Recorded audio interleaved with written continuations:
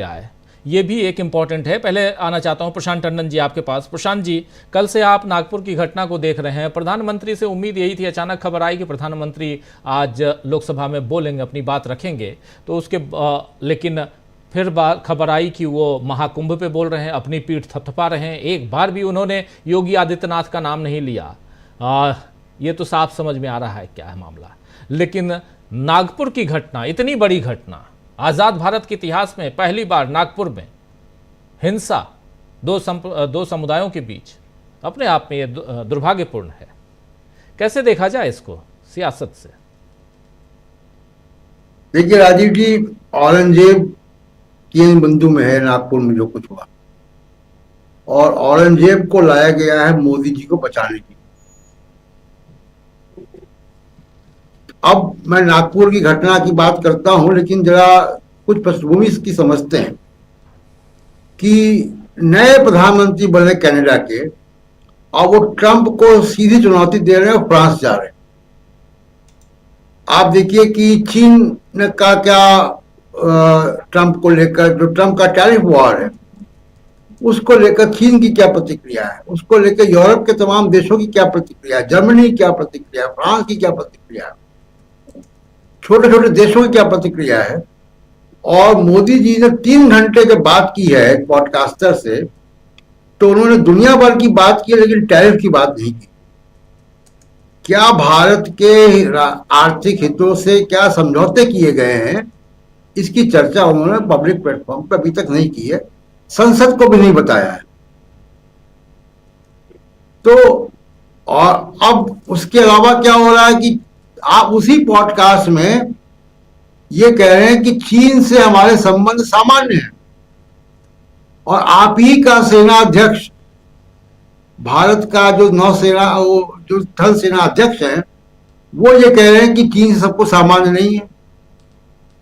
तो किसकी बात मान ली जाए? गालवन में हमारे 20 जवानों की जान गई, उसका हिसाब आज तक चुकता नहीं हुआ। उसके बाद आप देखिए कि स्टॉक मार्केट में 9 लाख करोड़ निकल गया, पेपर लीक रोज हो रहे हैं, नौकरियां नहीं है, जीडीपी का ग्रोथ 6.4% प्रोजेक्टेड है। तो ये तमाम सारी जो समस्याएं हैं, भाषा को लेकर तमिलनाडु में जो कुछ हो रहा है उसको लेकर सब वो तमाम चीजें, ये सारी समस्याएं, बिहार में समस्याएं, पॉलिटिकल समस्याएं, आर्थिक समस्याएं, विदेश नीति की समस्याएं, इन समस्याओं से उलझे हुए मोदी जी को बचाने के लिए औरंगजेब को लाया। और अब देखिए कि दंगा हुआ, दंगा तो नहीं, हिंसा कहा जाएगा उसको। कैसे हुआ? बजरंग दल का प्रदर्शन है औरंगजेब को लेकर, तो फिर वहां पे औरंगजेब आ रहे हैं। वहां पे आरएसएस का हेडक्वार्टर है, वो मुख्यमंत्री की कंस्टिट्यूंसी भी है। हम लोग उस कंस्टिट्यूंसी में गए थे चुनाव के दौरान। मुख्यमंत्री कंस्टिट्यूंसी है जिनके पास गृह मंत्रालय भी है। इसके बाद वहां पे हो गया। सबसे शर्म की और सबसे आश्चर्य की बात यह है राजीव जी, कि भारत के संविधान के रचयिता डॉक्टर अंबेडकर की कर्म भूमि है, वो दीक्षा भूमि है वहां पे नागपुर में, उसका भारत के समाज में जो और संविधान की प्रोसेस में उस दीक्षा भूमि का बड़ा योगदान है। हर साल वहां लाखों लोग बौद्ध धर्म को अपनाते हैं। उस दीक्षा भूमि से भी कोई आवाज नहीं उठी इस हिंसा के खिलाफ। बड़े आश्चर्य की बात है कि एक इतना बड़ा वहां पे स्मारक है जो नए भारत को की एक सामाजिक राजनीतिक दर्शन को बताता है वो दीक्षा भूमि।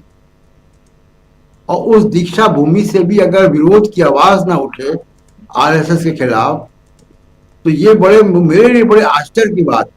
लेकिन ये औरंगजेब को लाया क्यों गया? इसलिए लाया गया। आप देखिए कि बहुत ही पंडित नेहरू को लेकर ये काम अभी तक हो रहा था। पंडित नेहरू की तारीफ विदेशों के प्रधानमंत्री कर देते हैं, तो औरंगजेब को लाया गया जिनकी तारीफ कोई कर ना पाए। पोलराइज करने के लिए किया गया।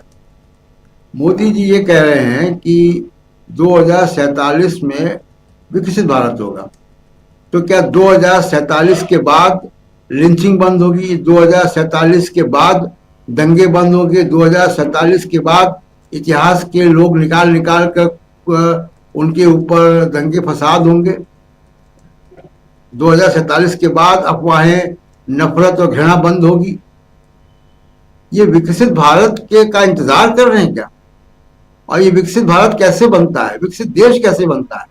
विकसित देश केवल क्या जीडीपी पे या पर कैपिटा इनकम पे नहीं होता है, विकसित देशों का समाज विकसित होता है। ये क्या विकसित देश की अवधारणा है, जरा मोदी जी कभी ये भी बताएं।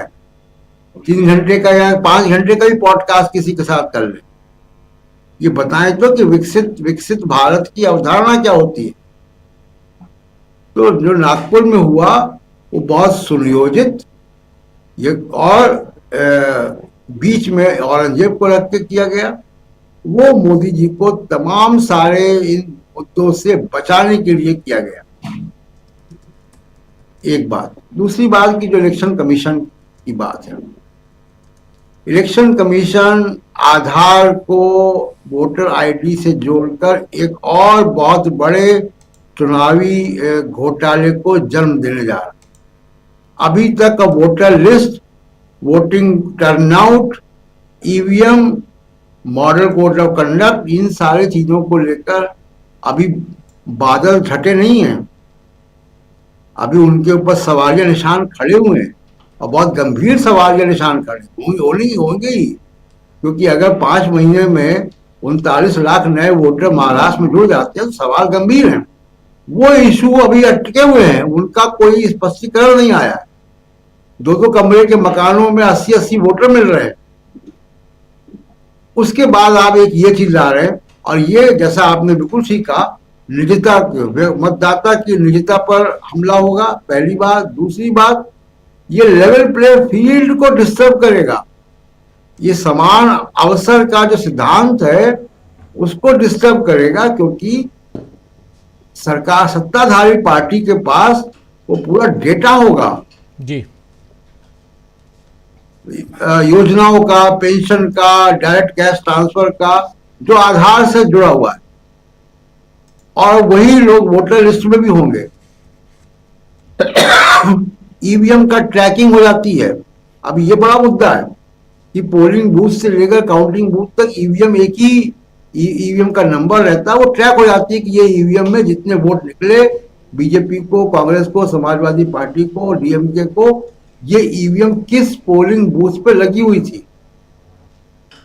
अब उसके साथ आपके पास ये भी डेटा है कि ये जहां जिस पोलिंग बूथ में लगी हुई थी वहां कितने लोगों को पेंशन का पैसा गया, कितने लोगों को डायरेक्ट कैश ट्रांसफर गया, कितने लोगों को मुफ्त का अनाज गया, कितने लोगों के पास वृद्धावस्था पेंशन है, किनके घरों में टॉयलेट बने। अब आपको ये मालूम है कि कितने वोट मिले, कितने घरों में ये गया, और आपके पास मतदाता का पूरी सूची है। तो आप बताइए कि इस देश में फ्री और फेयर इलेक्शन कैसे होगा? इन सवालों का जवाब इलेक्शन कमीशन को देना चाहिए। जी राजीव जी, बिल्कुल बिल्कुल इन सवाल